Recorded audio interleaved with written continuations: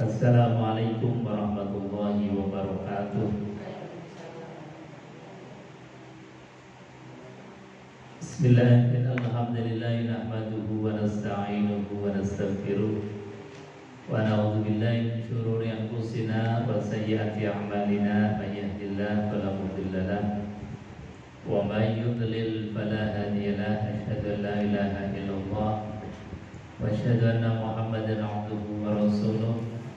Allahumma salli wa sallim ala sayyidina Muhammad wa ala alihi wa sahbihi ajma'in. Rabbi israh li sadri wa yassir li amri wa hlul 'uqdatam min lisani yafqahu qawli. Bapak Ibu hadirin jemaah kajian Kamis pagi yang dimuliakan Allah Subhanahu wa taala. Pertama dan yang paling utama tentu kita bersyukur kepada Allah biqaulina alhamdulillahirabbil alamin. Kedua kalinya salawat dan salam kita haturkan kehadiran baginda Nabi besar Muhammad sallallahu alaihi wasallam, uswah teladan kita, contoh sempurna yang Allah ciptakan untuk kita. Mudah-mudahan kita bisa meneladani, mencontoh beliau dari hal-hal yang kecil sampai dengan hal-hal yang besar. Insyaallah kita termasuk min ummati Rasulillah sallallahu alaihi wasallam. Amin Allahumma amin. Bapak Ibu hadirin jemaah yang dimuliakan Allah, kita lanjutkan sarapan pagi kita, sarapan rohani kita. Kalau tadi kita sudah sarapan begini, sarapannya apa?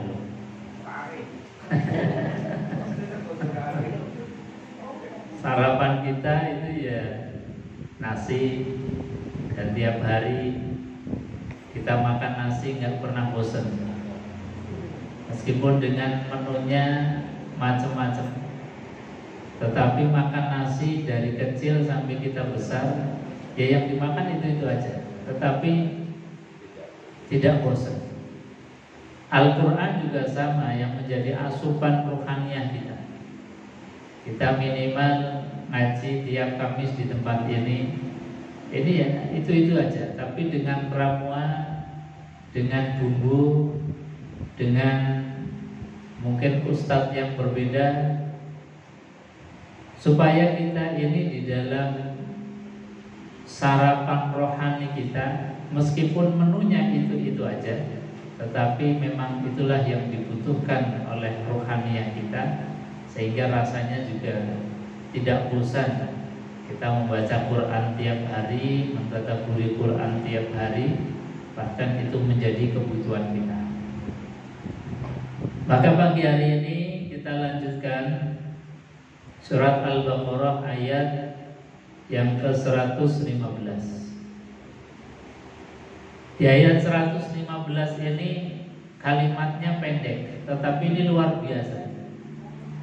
Isinya boleh dikata ini adalah akidah yang paling mendasar.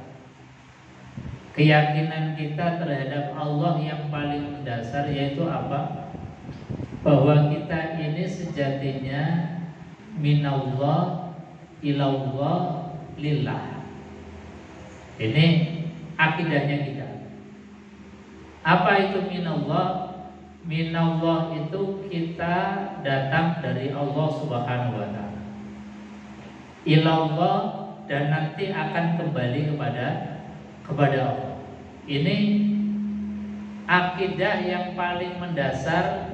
Ketika kita ini sudah yakin minallah, dari Allah, yang dulu kita datang dari Allah, ruhaniyah kita dalam keadaan bersih, tanpa kotor, tanpa noda, maka ketika kita akan ilallah, kembali kepada Allah Subhanahu wa taala pun harus mengembalikan ruh ini dalam keadaan seperti awalnya, tanpa noda, tanpa dosa, tanpa kesalahan titik-titik hitam apapun. Nah, ini adalah tugas kita. Karena apa? Karena kita itu adalah minallah dan akan ilallah, kembali kepada Allah Subhanahu wa taala. Nah, di ayat yang ke-15 ini adalah lillah. Allah sampaikan walillahil masyriqu wal maghribu fa aynama tuwallu fasamma wajhullah innallaha wasi'un alim. Ini juga akidah kita, keyakinan kita itu adalah walillah. Semuanya adalah milik Allah. Nah, ini yang menjadi obatnya kita, menjadi terapinya kita. Kita pagi ini general check up rohani yang seringkali ketika Allah titipkan secuil dari rizkinya Allah Subhanahu wa taala, nikmat Allah Subhanahu wa taala, seringkali kita merasa milik, merasa milik. Kita beli mobil, BPKB-nya atas nama kita. Ketika ditanya, ini mobilnya siapa? Mobil saya. Buktinya apa? Ini BPKB-nya atas nama saya. Ketika kita dititipi rumah, ditanya, ini rumahnya siapa? Rumah saya. Ketika ditanya, ini telinga, mata, badan siapa? Badan saya. Padahal ya nggak pernah bikin, nggak pernah beli, bahkan kita ini nggak punya kontribusi apa-apa terhadap diri kita. Tetapi ketika ditanya, ini mata siapa, tangan siapa? Tangan saya. Nah, ini sebetulnya penyakit rohani kita yang kadang tidak sadar, merasa bahwa dititipi oleh Allah Subhanahu wa taala, sampai-sampai sudah nggak mengakui lagi bahwa ini adalah semuanya milik Allah. Jadi ketika ditanya, ini mobilnya siapa? Mobil saya. Ini rumah siapa? Rumah saya. Nah, sekali lagi kita di general check up mengembalikan kepada proporsi yang semestinya, yaitu apa? Allah sampaikan di dalam ayat ini adalah walillah, semuanya adalah milik Allah. Bahkan Allah kembali menjelaskan dengan jelas yang menjadi milik Allah itu apa? Al-masyriqu wal maghrib, baik di arah timur maupun yang di arah barat, semuanya adalah lillah, milik Allah Subhanahu wa taala. Jadi kadang-kadang kita diberikan oleh Allah kapling sedikit saja seperti tadi, sudah merasa milik, sertifikat atas nama kita, kemudian kita mengakui bahwa itu adalah milik kita. Bapak Ibu, lalu apa konsekuensinya ketika kita disadarkan dan harus punya kesadaran bahwa itu adalah lillah, milik Allah? Maka sejatinya ketika apapun itu adalah milik Allah, maka hendaknya sesuatu yang diamanatkan kepada kita daya gunakan, pergunakan untuk yang punya sesuatu itu, yang punya tubuh kita, yang punya harta kita. Artinya apa? Ketika kita diamanai badan oleh Allah Subhanahu wa taala, maka badan kita Allah sudah perintahkan wa ma umiru illa liya'budullah. Tidaklah aku perintahkan kepada kalian kecuali untuk beribadah kepada Allah Subhanahu wa taala. Jadi badan kita, kalau kita punya kesadaran ini adalah milik Allah, maka seyogianya apa yang dikehendaki oleh Allah itulah yang kita jalani. Ketika kita misalnya dititipi oleh Allah apapun harta kita, maka harta yang hendaknya menjadikan ridhonya Allah Subhanahu wa taala. Kita punya kendaraan untuk ngaji. Kita punya rumah kita untuk ngaji. Kita punya kesempatan waktu kita kita gunakan untuk ibadah. Nah, ini adalah sebagaimana ikrar kita setiap hari kita mengucapkan Bismillahirrahmanirrahim. Apa makna Bismillah? Bismillah itu artinya dengan atas nama Allah Subhanahu wa ta'ala. Jadi makannya kita itu bukan karena kehendak kita, karena kita lapar, tapi atas nama Allah. Allah menitipkan jasad ini dan harus dijaga, maka salah satu caranya adalah makan.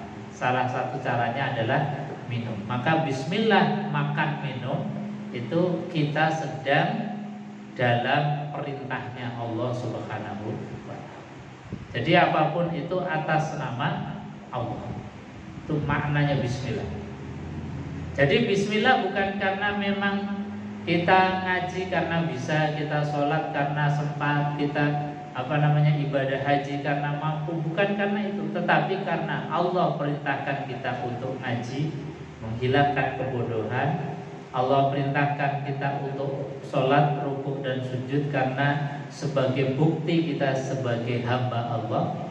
Kita juga kalau diberikan kemampuan pergi untuk ibadah haji dan umrah, bukan karena kita mampu, tetapi karena memang Allah perintahkan kita untuk mengunjungi Baitullah, rumah Allah Subhanahu wa ta'ala. Bapak Ibu hadirin jemaah yang dimuliakan Allah. Nah, kalimat walillahil masyriq wal maghrib ini kalau dalam konteks fikih itu bahwasanya sejatinya kiblat kita itu adalah arah mana saja.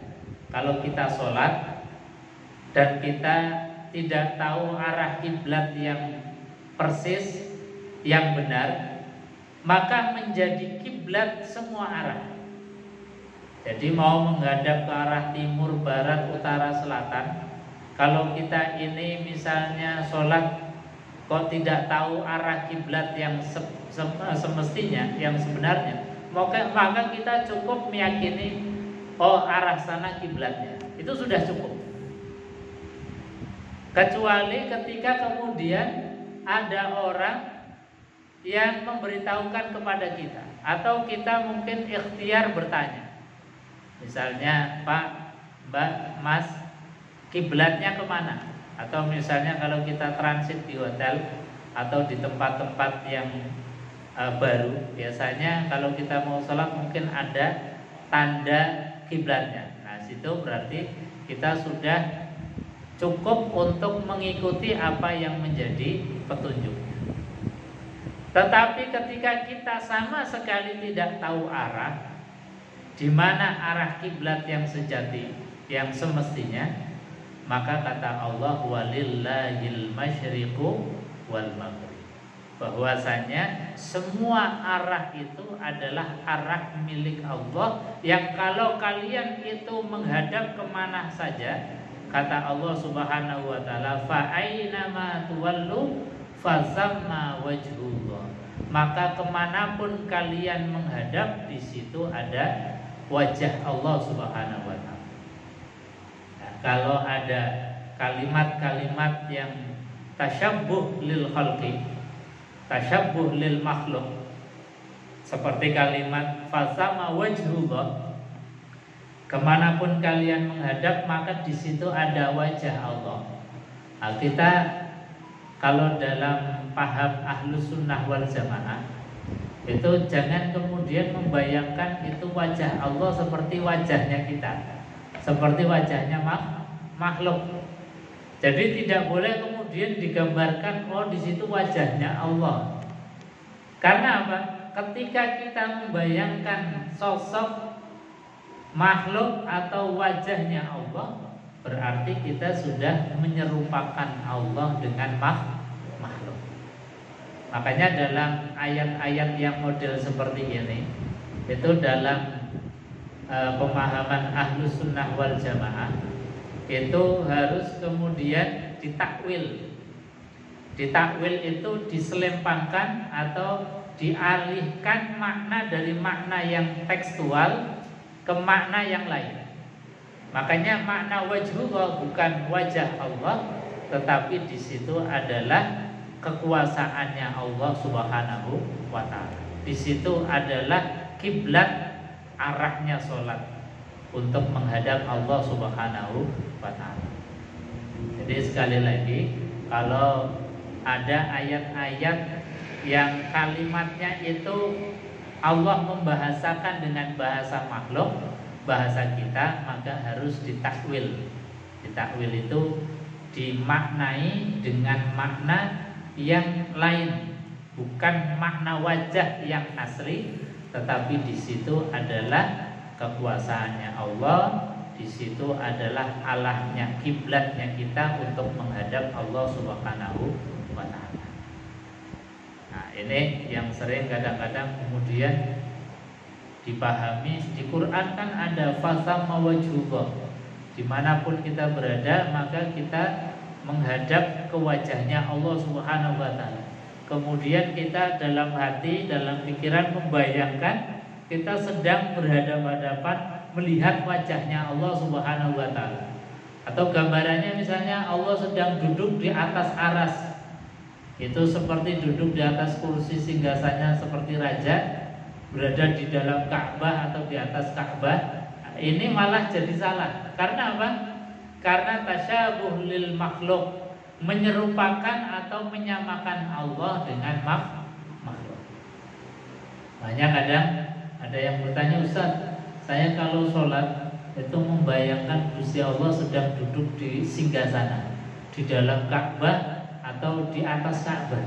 Ini bagaimana Ustaz? Kalau kita membayangkan itu sama artinya memvisualisasikan atau membuat Tuhan menjadi makhluk. Karena apa? Karena tercipta oleh akal kita, oleh pikiran kita. Nah terus gimana Ustaz? Ya sudah, pokoknya sholat gak usah membayangkan Allah seperti apa.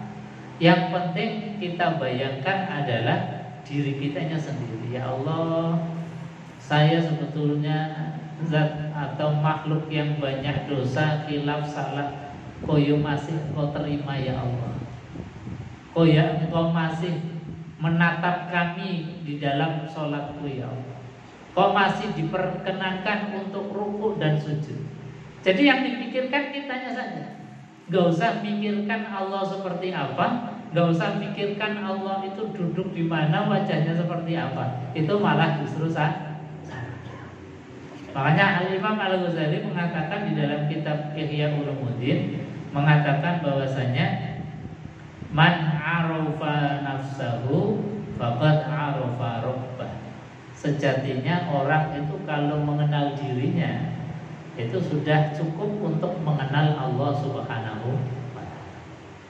Jadi mengenal dirinya dengan segala karakternya, dengan segala sifatnya, dengan segala baik buruknya, itu sama atau kita seperti mengenal Allah Subhanahu wa taala.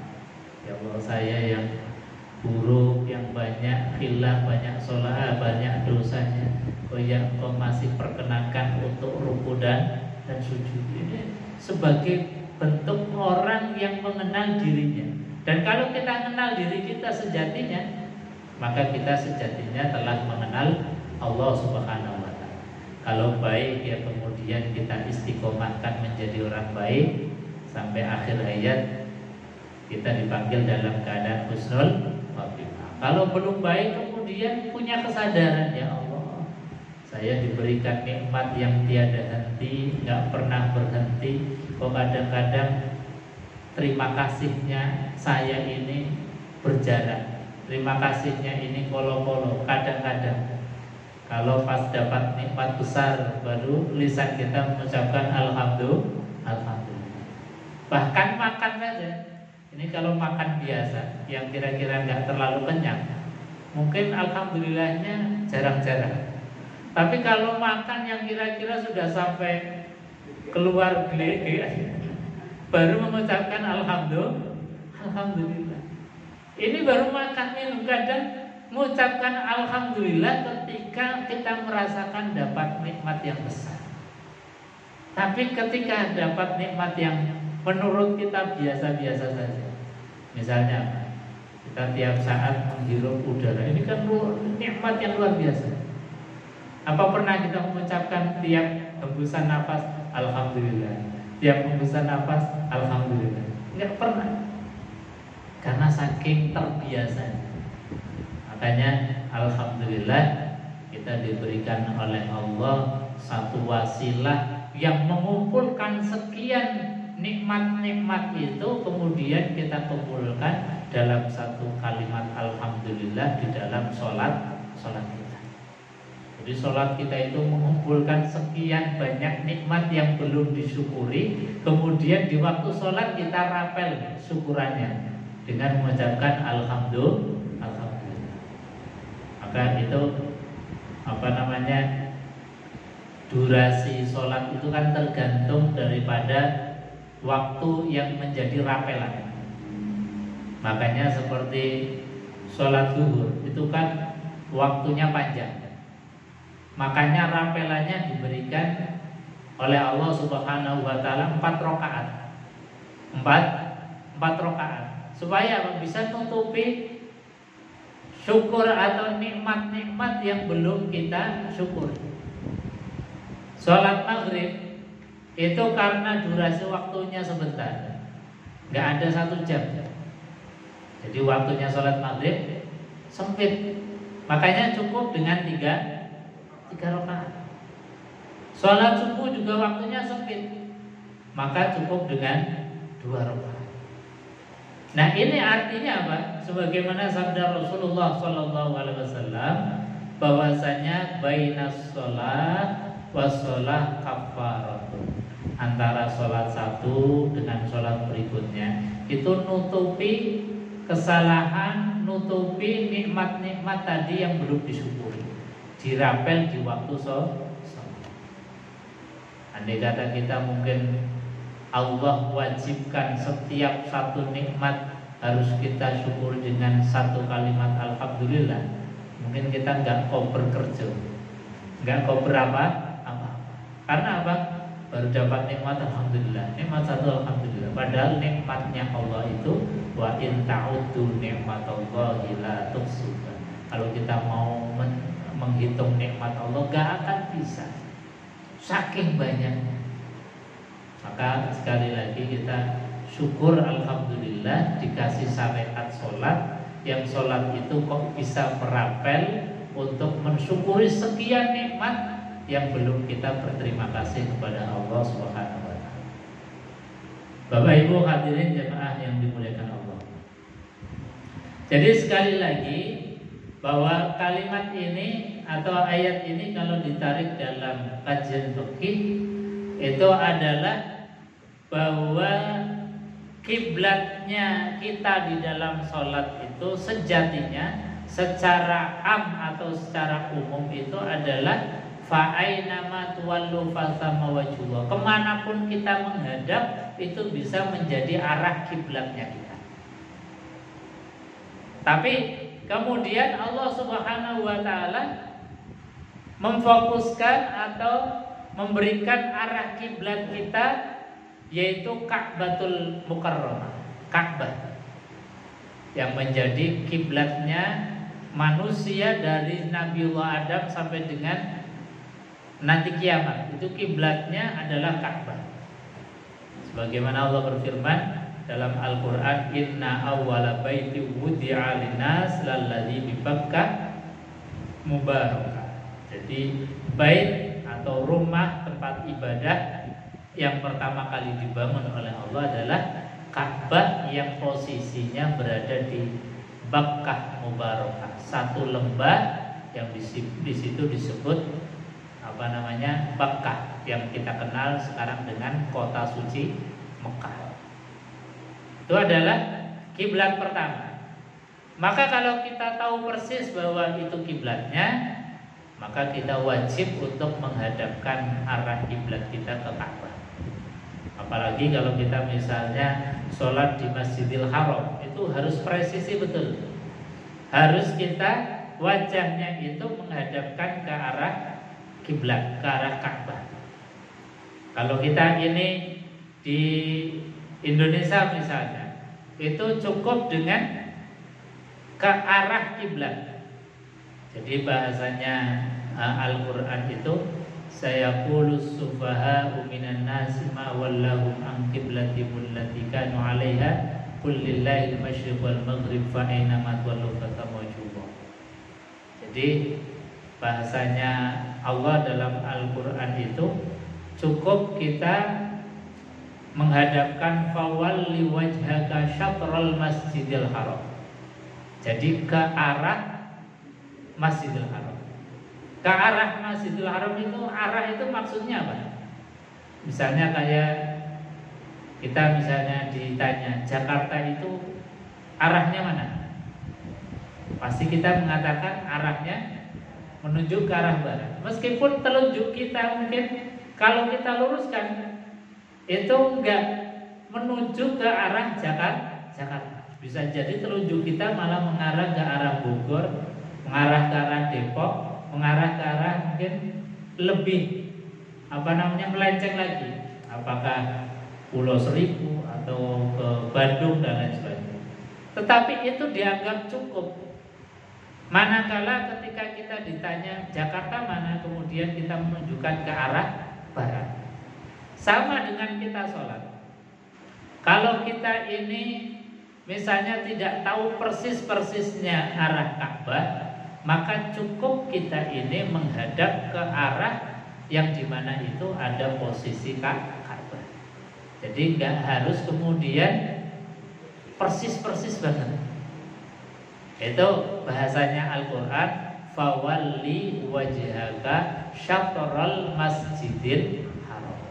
Jadi arah Masjidil Haram, bukan Masjidil Haram atau Ka'bahnya, tetapi fawalli wajhaka syatral Masjidil Haram. Sehingga kalau dulu ulama-ulama kita kalau misalnya meletakkan batu pertama masjid musola, oh ternyata di zaman kita ini ada teknologi yang maju, dengan digaris saja pakai Google Map itu kemudian sudah lurus. Maka apakah harus kemudian meluruskan softnya? Nah, kalau sudah ada ilmu yang lebih pasti, kita boleh untuk mengikuti kepastian ilmu tadi. Misalnya dulu sholatnya di masjid kita itu kok arahnya kemudian yang penting fawalli wajhaka syatrul masjidil haram. Nah, kalau sekarang kemudian dilihat dari Google Map kok agak serong, kurang pas, maka boleh kita luruskan. Tetapi tidak membatalkan sholat yang dulu-dulu ketika menghadapnya itu kurang tepat. Jadi tidak membatalkan sholat-sholat yang sudah dilaksanakan. Tetapi ketika kita ada ilmu yang baru, lebih pasti lagi di dalam menghadapkan ke arah kiblat, maka kita mengikuti yang lebih presisi, yang lebih pasti. Makanya kan banyak masjid-masjid kita yang dulunya itu mengikuti bangunan masjid, kemudian jadi arahnya serong. Karena apa? Karena kita teknologinya, ilmunya semakin berkembang. Maka kita mengikuti yang lebih presisi, lebih mendekati dari apa yang hanya sekedar fawalli wajhaka syatral masjidil. Bapak Ibu hadirin jamaah yang dimuliakan Allah. Nah Ustaz, kalau misalnya sholat kemudian di tengah-tengah sholat itu ada orang yang memberitahukan bahwasanya arah kiblat kita itu salah, apakah harus bubar dulu atau harus langsung balik kanan menghadap ke arah yang benar? Maka dalam posisi seperti ini kita tidak usah kemudian batalkan sholat, memulai dari awal tidak usah, langsung tinggal membalikkan badan ke arah kiblat yang disebutkan oleh orang yang membetulkan. Jadi tanpa usah harus kita memulai dari awal. Ini kadang orang kemudian dikasih tahu, kemudian dibatalkan memulai dari awal. Tidak usah harus seperti itu. Jadi cukup tinggal kita mengikuti arah yang sudah ditunjukkan. Melanjutkan tinggal berapa kita kurang melakukan sholat. Kurangnya 1 rakaat ya kita tinggal melanjutkan satu rakaat. Kurang 2 rakaat ya kita tinggal melanjutkan 2 rakaat. Iya, meskipun bergeser. Nabi SAW ketika berada di Masjid Qiblatain, ketika dulu kiblatnya itu kan ke Syam, ke Masjidil Aqsa. Kemudian turun ayat untuk menghadapkan kiblatnya ke Masjidil Haram. Itu 180 derajat. Asalnya menghadap ke utara, balik menghadap ke selatan. Karena apa? Karena Madinah itu kan di tengah-tengah antara Palestina dengan Mekah. Jadi dulunya Nabi itu sholat menghadap ke utara, menghadap ke Masjidil Aqsa. Setelah turun itu, turunnya di posisi Nabi waktu sholat. Makanya Nabi SAW kemudian tinggal merubah arah saja, ganti menghadapkan ke arah selatan, ke arah Ka'bah atau ke arah kota suci.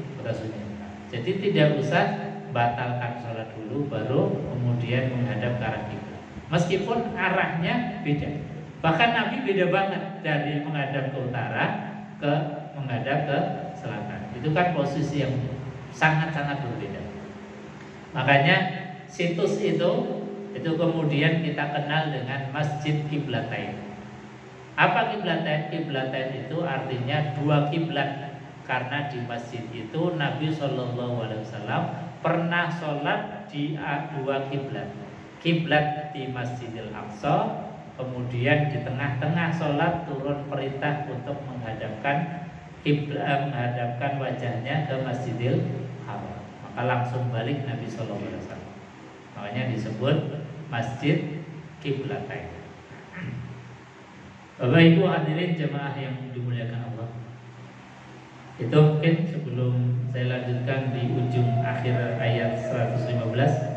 Barangkali ada yang mau ditambahkan atau ditanyakan, monggo silakan.